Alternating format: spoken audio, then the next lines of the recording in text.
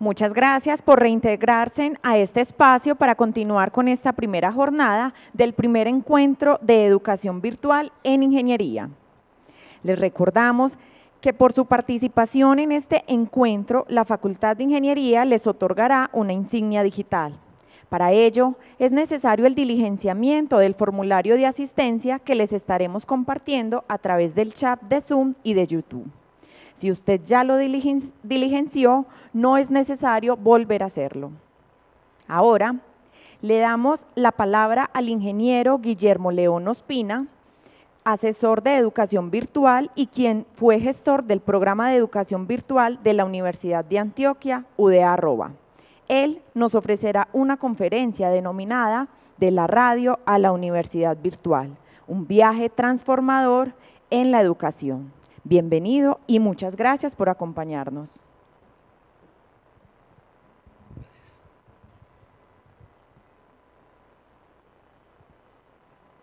Bueno, mientras nos ayudan con esta presentación, quiero saludar al público que está aquí presente y obviamente a todas las personas que están por fuera de este recinto que se llama Álvaro Pérez Roldán. Estamos celebrando hoy 20 años de la creación de la carrera de Ingeniería de Telecomunicaciones y las hermanas, Ingeniería Industrial, Sistemas y Ambiental, que están a punto también de cumplir sus 20 años. ¿Qué es lo que vamos a hacer con este título? Más bien una reflexión que una historia. Vamos a reflexionar sobre lo que ha ocurrido y lo que nos espera al final de este recorrido con el tema de la inteligencia artificial. Hay que empezar diciendo lo siguiente. Esas tres palabras que están ahí se entienden con una pequeña historia. Y les voy a contar la historia porque la verdad es que tiene sentido para que entiendan la creación y el resultado final que fue UdeA-ROBA y hoy en día Ingenia en la Facultad de Ingeniería. Yo tenía un papá que tenía 14 hijos con una madre tranquila para sostener semejante prole y un radio que tenía yo, pues que lo tenía mi papá en su habitación, y yo como hijo mayor de esa familia tenía en el extremo final de una casa de media cuadra una habitación y un derecho a un parlante en donde yo escuchaba todo lo que decía Caracol en su momento. ¿Qué era lo que yo escuchaba desde las 5 de la mañana y desde los 4 años o 5 años todos los días? Las noticias, el reportereso, la misa, el rosario, las noticias del día, algunos programas de humor, música, etcétera. Todo lo que ustedes consideren que hace parte de la radio. Pero en el momento en que estoy contando esta historia tenía 10 años. Así que el radio se dañó en esa época, se dañó. Así que yo me di cuenta que era adicto, es decir, no tuve que esperar a llegar a esta hora en donde todos los celulares, ¿cierto?, vuelven adictos a los chicos. Yo ya estaba adicto a ese bendito radio y no lo sabía hasta que se dañó. Así que empecé a preguntarle a mi mamá, que era el Google mío, porque ella tenía dos tareas muy sencillas, bueno, sencillas no, pero eran dos tareas. Una, mantenerse en embarazo. Y la segunda, leer todos los libros, revistas, periódicos y cosas que aparecieran para ella informarse y yo ser el consultor de esa señora que era Google y todo lo que yo le preguntaba, todo lo sabía. Así que le hice en la semana 3 preguntas. Primera pregunta, mamá, ¿quién va a arreglar el radio? Segunda pregunta, ¿cuándo van a arreglar el radio? Y tercera pregunta, sencilla, ¿cómo funciona un radio? Pues sencillo, la primera pregunta lo va a arreglar su tío Alonso y en ese momento me di cuenta que yo tenía un tío que sabía arreglar radios. La segunda pregunta, ¿cuándo? El sábado a las 10 de la mañana. Tercera pregunta, ¿cómo funciona un radio? Me dice mi mamá, que era Google, de una manera muy rápida, me dice, es muy sencillo. Dentro del radio se meten unos muñequitos Unos que hablan, otros que cantan, otros que dan noticias, otros que hacen novelas y se van turnando para no cansarse. Al otro día vuelven otra vez y entran a trabajar ahí al radio. Así que yo ya tenía dos intrigas, no solamente cuando arreglaban el radio, sino ver los muñequitos dentro del radio. Así que llegó el tío Alonso el sábado puntual, 10 de la mañana, con un destornillador le quitó el hardware al radio. Yo me asomé, bueno, lo prendió y yo vi unos bombillitos débiles, una luz muy tenue, me asomé y no vi muñequitos porque pues el radio está dañado, o sea, no hay posibilidad de que el radio funcione porque está dañado. Así que el tío cogió un lápiz, el borrador de un lápiz, y empezó a golpear cada uno de los tubos, pues después supe que llamarían tubos, para mí eran bombillitos. Y uno de ellos le produjo un ruido raro, así que sacó el tubo, lo cambió por otro y empezó a funcionar el radio. Yo me asomé a ver los muñequitos y nada que aparecían y concluí y tomé decisión de 3 cosas. Una, no volver a creer en mi mamá. 2, creer solamente en el tío Alonso. 3, si se llamara como se llamara el estudio, yo tenía que aprender qué era lo que había dentro de un radio para que funcionara como funcionaba el radio de mi papá. Pero además apareció otro evento. Resulta que mi tío aprendió radio, televisión y electrónica utilizando esa revista, Henfield Schools. O sea, mi tío no aprendía o no aprendió por internet, ni virtual, ni a distancia, ni híbrido, sino aprendió desde lejos. Pues si ustedes ahí buscan la palabra virtual, eso no existía en esa época. Así que yo decidí que también iba a aprender como el tío desde lejos. Él tenía cada mes una revistica que ilustraba todo lo que debería aprender. Y al final de la revista había una hojita desprendible que cortaba con una tijera, respondía algunas preguntas y enviaba las respuestas a Bogotá, y al mes siguiente le llegaban otra vez bobinas, resistencias, condensadores y tubos. Así que ese señor fue el que, digamos, decidió que yo al final fuera, sin él pensarlo, un ingeniero en electrónico experto en radio. Eso fue lo que yo aprendí. Yo quería aprender ese tema de la radio. Pero ahora viene una primera disrupción. Nosotros en Colombia estamos acostumbrados a que todo nos llegue tarde, ¿de acuerdo? No, es que esa tecnología la inventaron en Europa, en Estados Unidos, y obviamente para que llegue hasta aquí hay que esperar mucho rato. Pero os voy a decir algo. Colombia tuvo el pepazo más grande de América Latina cuando en 1947 este sacerdote, José Joaquín Salcedo, creó el programa de capacitación, de alfabetización de los campesinos, utilizando una radiotransmisor en un pueblito que se llama Sutatensa, en Boyacá. Y esa cosa empezó a funcionar de tal manera que las personas en el campo, utilizando un radiotransistor que consumía pilas porque no había energía eléctrica, fueron los que, digamos, empezaron a hacer el cambio de la formación en el campo. Eso se dio con cierta frecuencia y en todo el país, es decir, era en vivo, en directo y en tiempo real. Y siempre hay un radio ahí, ¿lo ven? Todos están atentos, excepto el cerdito que hay debajo, porque él no está como muy interesado en la clase, pero todos los demás están atentos con un documento con el que les ayudan a entender en vivo, en directo y en tiempo real la clase que el profesor está dictando. Aquí hay siempre alguien encargado de hacer la tarea, de ayudarles a entender a los que no tienen ni idea de lo que están tratando de aprender y entender. Ellos llegaron a tener 1000 kilovatios de potencia en todo el país, y para poder hacer la sintonía contrataron con Philips la creación de radios presintonizados.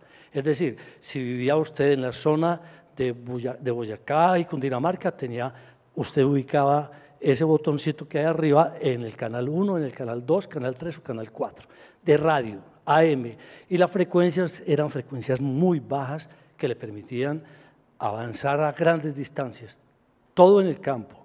Así que entre 1947 y 1994 funcionó el primer programa de educación virtual híbrido en el mundo. Eso fue Colombia.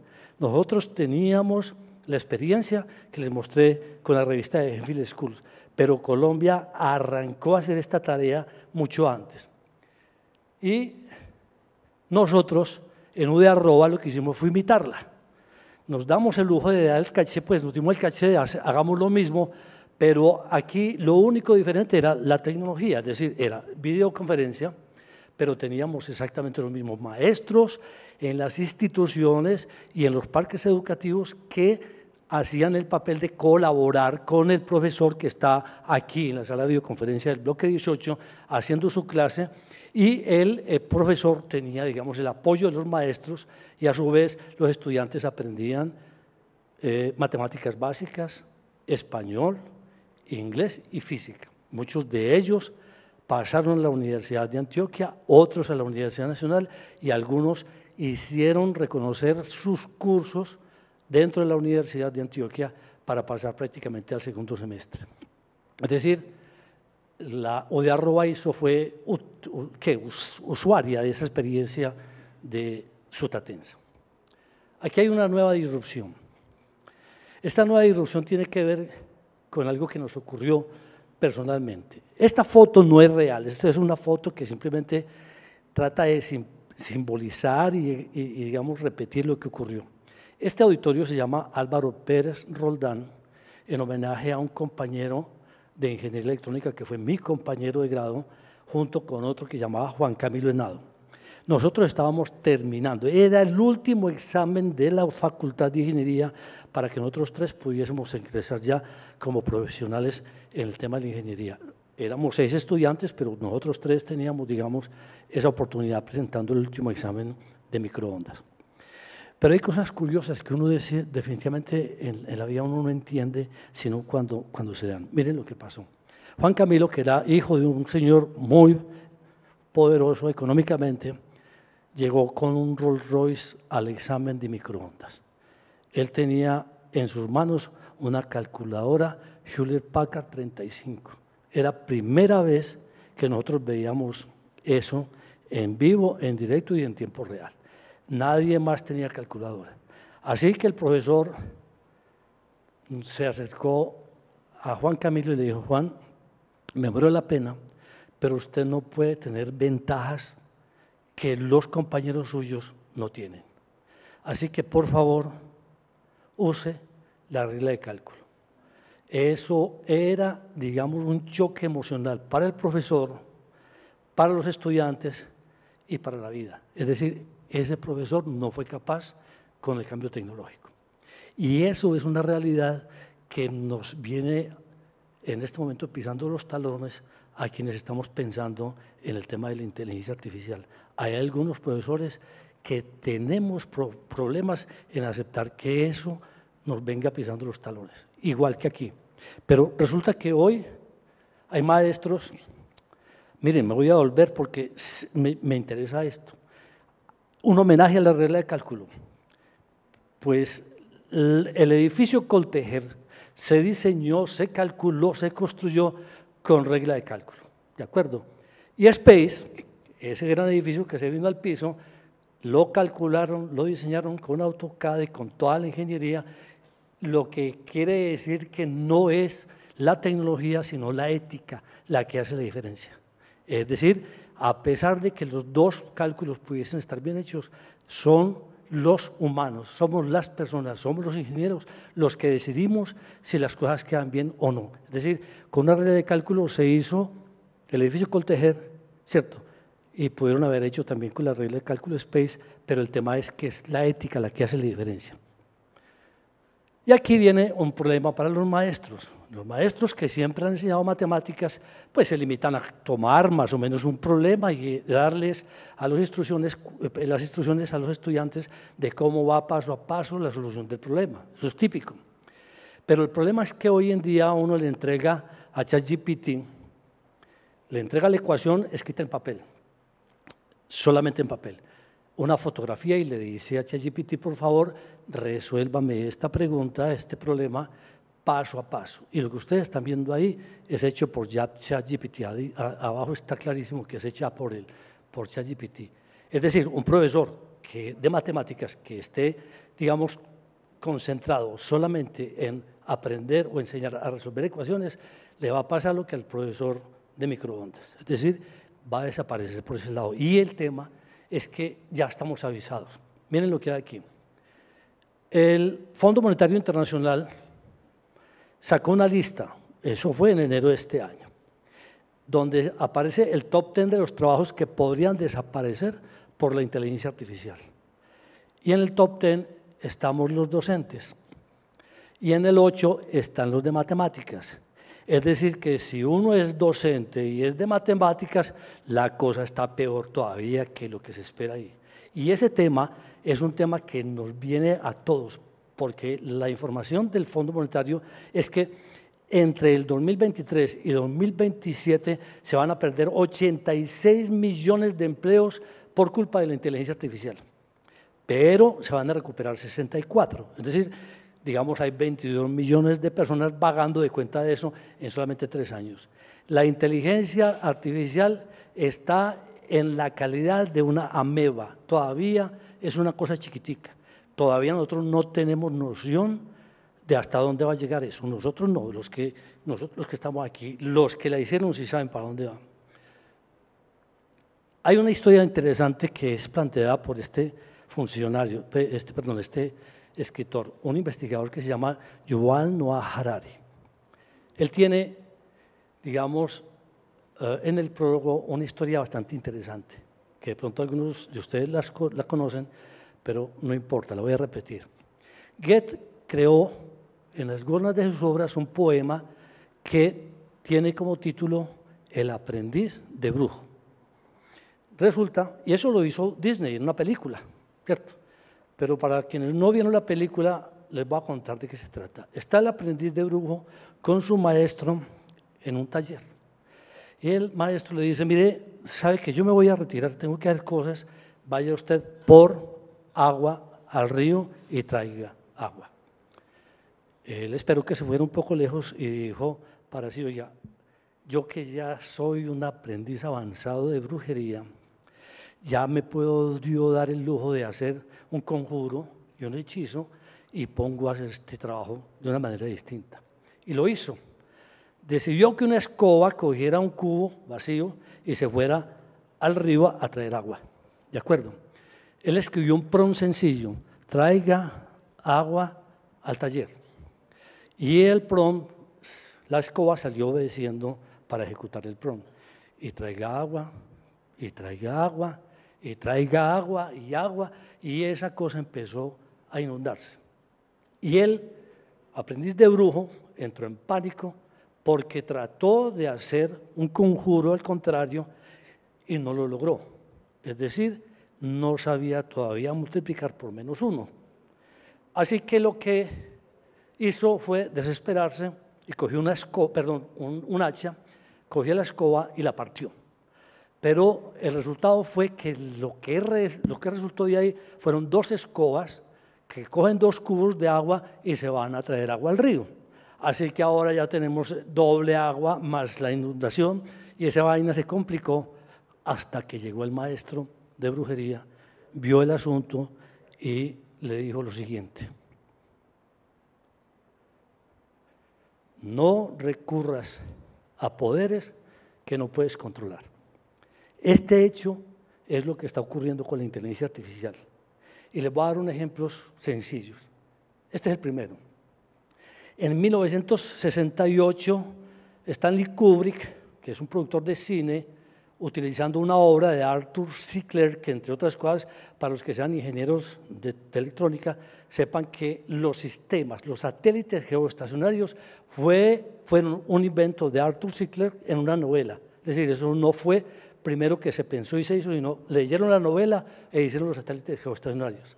Este tipo, 2001, Odisea del Espacio, narra una historia en donde HAL, el computador HAL 9000, apodera de la tripulación, les evita acceso a la energía de la nave y quedan atrapados dentro de ella. Yo no les voy a contar la historia porque además me están contando el tiempo, así que les remito para que vean la película, pero la verdad es que tiene sentido que la vean. Esa es una historia. La otra es esta, eso ya fue en 1968, pero esta sí fue en el 2022. Blake Lewan, ese fue expulsado de Google por creer que Lambda, que era la inteligencia artificial que él trabajaba y entrenaba, se hizo tan amigo de Lambda que terminó convencido de que tenía sentimientos y que tenía conciencia. Hizo público a todo el mundo ese hecho y con eso terminó siendo expulsado de Google por estar diciendo semejantes cosas. Y los guionistas y los actores de cine hicieron un paro este año, al principio larguísimo de 3 años en Hollywood, porque no querían que la IA fuera la que lo reemplazara. Y ganaron ese, ¿cierto? Pero lo que no tenemos garantía es que en el próximo paro vuelvan y ganen, porque la verdad es que obviamente el aprendizaje de estas tecnologías con las redes neuronales es imparable cualquier aprendizaje. Aquí hay otro. Dicen que Cambridge Analytica, dicen no fue así, porque fue sancionada, utilizó los datos de Facebook de miles de personas, de millones de personas de Estados Unidos, cogieron los datos, los manipularon para que la mente de muchos de los de Facebook fuese hackeada, de tal manera que votaron por Trump y ganaron las elecciones a pesar de que las encuestas decían que ganaba Hillary Clinton. No sé si recuerdan eso. Pero aquí está la peor y la tapa de todo este cuento. Este señor, los que lo han visto recientemente, recibió el premio Nobel de Física sin ser físico. Él es un experto en redes neuronales, pero no es un experto en física. Y ganó el premio Nobel de Física con otro compañero. Y él se ha dedicado, después de que salió de Google y se salió antes de ser premiado con el Nobel, asustado porque había creado semejante monstruo. Mire la frase que él dice, esa la hizo pública. Hace poco me di cuenta de que el tipo de inteligencia digital que estamos desarrollando podría ser una forma de inteligencia mejor que la de los cerebros biológicos. Cuando un experto en inteligencia artificial anda preocupado porque eso puede ocurrir, es que es verdad. Es decir, eso ya es un hecho que no tenemos forma de escapar de eso. Tómenlo con calma, pero la verdad es que la inteligencia artificial terminará muy posiblemente dominando el mundo. Y eso lo dice él. Esa es una cosa para preocuparnos. Y la pregunta entonces, que es lo que estamos haciendo aquí con el tema de la educación. Han oído esta mañana algunas conferencias interesantes que tienen que ver con el tema de la educación y todas apuntan a humanizar, es decir, que la ingeniería, las humanidades, la biología, el arte, todo tiene que ver y está imbricado. En esa conferencia nos decían lo que sí es verdad, estos sistemas de inteligencia artificial encuentran puntos de contacto donde nosotros, los humanos, los terrícolas, no los encontramos. Estos sistemas encuentran puntos de contactos entre la biología, entre todo. Nada menos uno puede decir lo siguiente en favor de la inteligencia artificial. Si no hubiese inteligencia artificial resolviendo a través del genoma humano el tema de la pandemia, hoy estaríamos todavía encerrados o muertos, porque el tema de la vacuna se resolvió y se aceleró con la inteligencia artificial y fueron varias farmacéuticas las que lo lograron. Ahora bien, ¿qué hemos hecho nosotros? Esto, llevamos 120 años o un poco más enseñando como aprendimos, no tenemos la culpa, nos enseñan, ¿cierto?, de tal manera y pues replicamos, ¿cierto? Y ahí está de nuevo la lista para que recordemos dónde estamos los docentes. Y la verdad es que uno puede ser el mejor profesor del mundo, puede utilizar todas las metodologías que quiera, puede hacer uso de todas las tecnologías, pero lo más importante en el aprendizaje es pensar. Todos los estudiantes tienen que aprender y hacer el esfuerzo íntimo de aprender a pensar. Nada hay absolutamente que lo reemplace. Si yo no logro con mi cerebro entender un concepto, nadie lo hará por mí.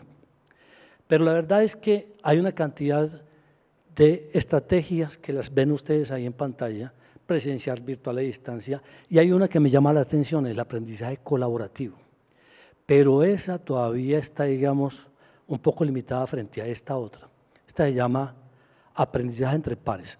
Este señor se llama Eric Masur y el señor está teniendo en su aula de clase un conjunto de estudiantes que votan. Les voy a explicar cómo es el cuento.